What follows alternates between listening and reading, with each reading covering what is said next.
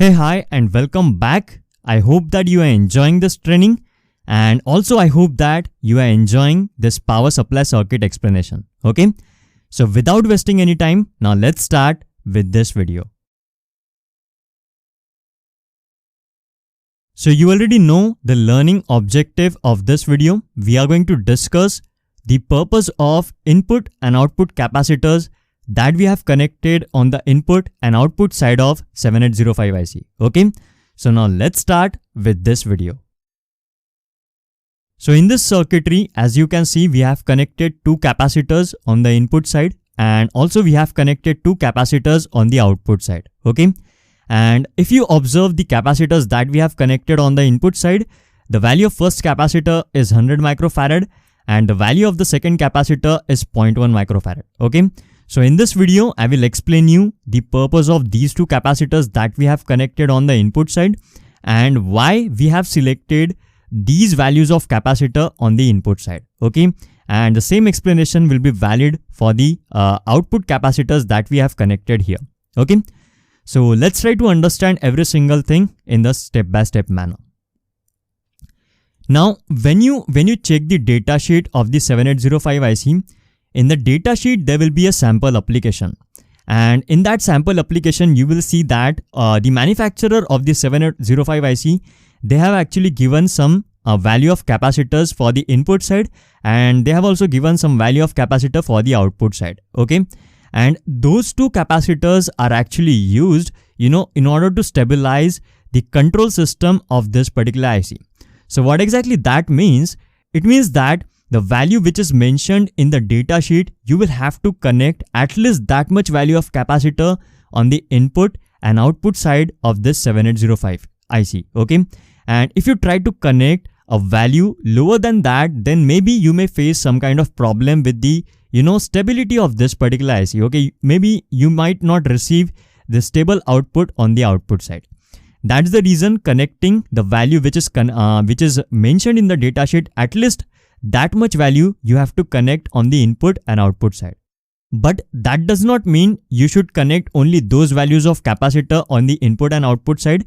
It actually depends on the system's requirement, and based on the system's requirement and based on the current consumption of system, we will have to choose the appropriate value of capacitor for the input and output side of the linear regulator IC or whichever IC you are using to power your system. Okay, now there are actually two reasons why we need to connect such a high value capacitor on the input side and also on the output side. See, when we discussed, I told you that we are going to power our system with the help of external 12 volt power supply. Okay, and when we provide the power with the external power supply or with the external lab bench power supply, in that case generally the length of wire it's going to be little longer. It can be it's going to vary application to application, but let's consider that we are using a wire of 1 meter or 2 meter. So this wire is actually going to create some kind of restriction to the current which is flowing towards the system. And why this wire is actually going to restrict the amount of current which is going to flow towards the IC, I will explain you that now. Okay, generally when you try to drain this kind of current which is DC current from the wire, in that case you are not going to face any kind of problem. Even if the current is high of let's say 1 ampere, and if the current is continuous like this, there is no change in current, in that case the wire is not going to provide you any kind of problem. Whereas when the behavior of current is like this, for example, the current is draining from this point, which is, let's consider that this is the instant t, which is 0, and suddenly there is demand of high current from this point, and then it's actually the system is draining the current like this. So let's consider that how exactly the wire is going to behave for this kind of current. So whenever this type of current is there through the wires, in that case the wire is actually not going to act like just a wire.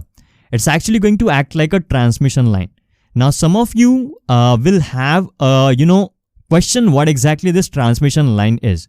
So this transmission line is actually a concept when you will deal with the, or whenever you are dealing with the high speed application, in that case you will have to deal with this term which is called as transmission line. And this transmission line is actually have some kind of model. So I will show you the equivalent model of transmission line. So when your system is draining this kind of current, the wire is not just a wire, but it's going to act like an inductor. It's going to have some amount of inductance. It's going to have some amount of resistance. Along with that, it's going to have some amount of capacitance. Okay. So the wire is actually going to behave like this. So you might have studied the distributed network in the network theory subject. And in the distributed network, you can't separate out the components physically. Okay. So this is basically a lumped network. We can separate out this capacitor, this diode physically. Whereas in case of distributed network, the elements or the components are actually distributed over the entire transmission line. And as a result, we can't separate out these all components like inductor, resistor and capacitor physically. So now let's try to understand how exactly this model is going to, create some kind of restriction. As you can see here, there is inductor in the transmission line, okay, in this particular model. So when there is an inductor, it's actually going to restrict some kind of current.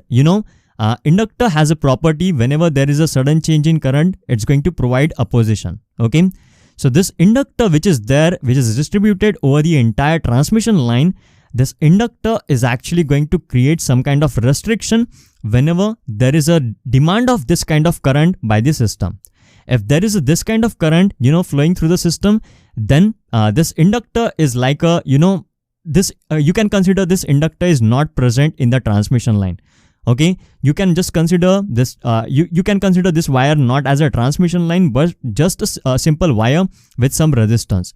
But when this kind of current requirement is there by the load, in that case, the wire is actually going to behave like a transmission line, and there will be inductor, and this inductor is actually responsible for providing the restriction. Okay.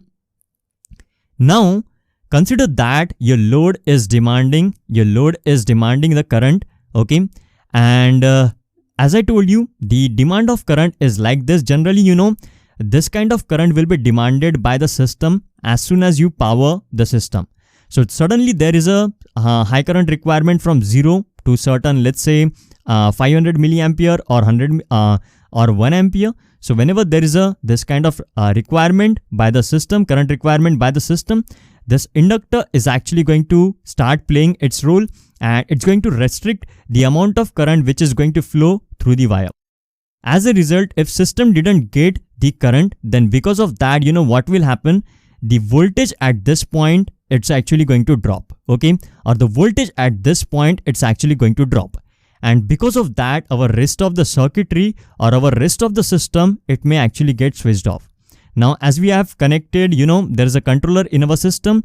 So controller should get 5 volt, and if it is not getting 5 volt, then controller may get reset.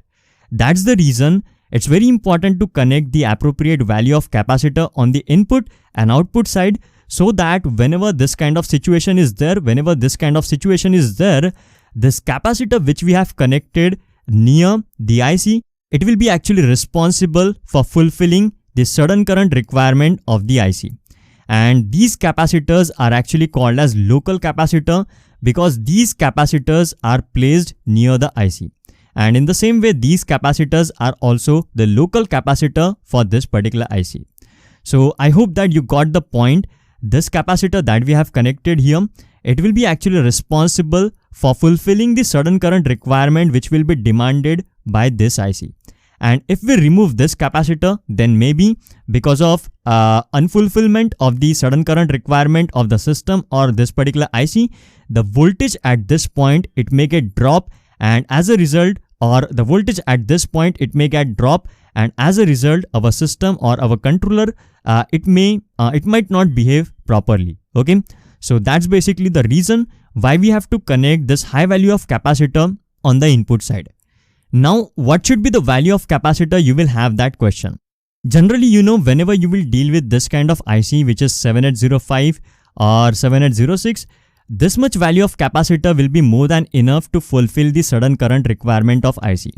But in case even after connecting this kind of this value of capacitor, if still you're getting the drop on this point, let's say that there was a static certain voltage, and because of not connecting the appropriate value of capacitor on input and output side, if you're getting the drop on the input side, and also if you're getting the drop on the output side, then what you have to do, you have to use the trial and error method here, and you will have to increase the value of capacitor. And you will have to increase the value of capacitor till the point there is no drop on the input and output side. Okay. But in general, you know, this much value of capacitor will be more than enough, like 100 microfarad or 220 microfarad will be enough for this particular IC. And again, it actually depends on your load that you have connected here and how much current or what type of current it is actually demanding. If it is demanding to this kind of current, or multiple times if it is demanding this kind of current, then maybe you will have to increase the values of capacitor here on the input and output side. But you just make sure that if there is a drop, what you have to do, you just have to increase the value of capacitor on the input side or on the output side. Okay. So based on the amount of current that will flow towards the load, based on that current, we actually decide how much value of capacitor we need to connect on the input and output side. Okay. And also the behavior of current is also very important. Okay. You know, if this kind of behavior is not shown by the load, and if the current is like this, continuous current, then, even if you don't connect these values of capacitor, still the circuit will work perfectly fine, because it's actually draining this kind of current, continuous current from the from the source directly. However, if this kind of current requirement is there, then you will have to connect the appropriate value of capacitor on the input and output side. Okay. So I hope that this point is clear to you. You just have to take care of right value of capacitor. And if you are getting the drops, then you just have to increase the value of capacitor on the input and output side. Now let's try to understand why I have connected this capacitor value, which is 0.1 microfarad on the input and output side. Now, generally, as we have connected the electrolytic capacitor on the input and output side of 7805 IC, and we discussed that in case of electrolytic capacitor, the ESR, which stands for equivalent series resistance of this capacitor, it's actually going to be little higher. And when you connect this kind of capacitor, which is MLCC capacitor, multi-layer ceramic chip capacitor, these capacitors are actually going to have lower value of ESR. So when you connect, two resistors in parallel of a higher value and lower value, the equivalent resistance is actually going to be close to the lower value. So the same thing is true in this case also. When you are connecting two capacitors with different ESR, let's say this one has higher ESR and this one has lower ESR, as a result, the equivalent combination of ESR, it's actually going to be lower. Okay. Now, what's basically the advantage of lowering the ESR of the capacitor? So let's try to understand that now. Consider that there is a capacitor, and in front of that particular capacitor, a resistor is connected. So when the resistor is connected with a value of R, this R value is actually going to decide how quickly this capacitor will charge. In the same way, if you are trying to drain the current from this particular capacitor, then again this particular value of resistor, it's actually going to decide how quickly this capacitor will discharge. So lower the value of this particular resistor, quickly this particular capacitor will charge and quickly it will be able to discharge. So same thing is true here also, as the lower value of ESR is actually going to help these capacitors to charge quickly, and along with that, whenever there will be sudden current requirement by the 7805 IC or by the external load, quickly this capacitor will be able to provide that current. Okay. So I hope that this particular point is clear to you, why the lower value of ESR is good for the capacitor. So I hope that every single thing that we discussed regarding the input and output capacitor is clear to you. So I will just revise once again. We have connected this particular capacitor just to fulfill the sudden current requirement of the IC and the load. If there is this kind of current, then even if you don't connect, this kind of capacitor or this value of capacitor, still your circuit is going to work properly or your system is going to work properly. However, this is not a real situation, every time whenever you are powering your system, this kind of behavior will be shown by your system. And as a result, it's very important to connect this value of capacitor on the input and output side. Okay. And after that, we have connected this value of capacitor just to lower the ESR value, equivalent ESR value of the combination of capacitor, so that the capacitor can charge quickly. And whenever there is a sudden current requirement by the IC or by the load, then the capacitor will be able to fulfill that sudden current requirement by quickly discharging or by quickly providing the current to the IC. Okay. And in the same way, the capacitors that we have connected here on the output side, when the load is demanding the current quickly, this capacitor which is there on the output side, it will be capable, or it will be able to provide that much amount of current quickly to the load that we have connected here. And the same reason is true in case of 0.1 microfarad capacitor also. It's actually connected here to lower the value of ESR, equivalent value of ESR of combination of capacitor. Here I want to tell you one more thing. We discussed that every capacitor is actually going to have impedance versus frequency response curve. So we discussed that there will be impedance versus frequency plot for every capacitor. So as we have connected two capacitors here on the input side with different values, so they are going to have the impedance versus different impedance versus frequency plot. So the combined plot will actually decide what range of frequencies or what range of noise will be filtered by these two capacitors. Okay, so generally this capacitor is going to help to filter out the lower frequencies, and this particular capacitor is actually going to help to to filter out the higher frequency. And what frequency it will be, it actually depends on the value of capacitor, about which we have already discussed. Okay, so this capacitor that we have connected here, these two capacitors that we have connected here, it also suppresses the frequencies, the noise which is there on this line. Okay, and what noise it will filter out, it actually depends on for what range of frequencies these two capacitors are providing lower impedance. Okay. Alright, so that's what I wanted to tell in this video. I hope that every single thing that we discussed in this video is now clear to you.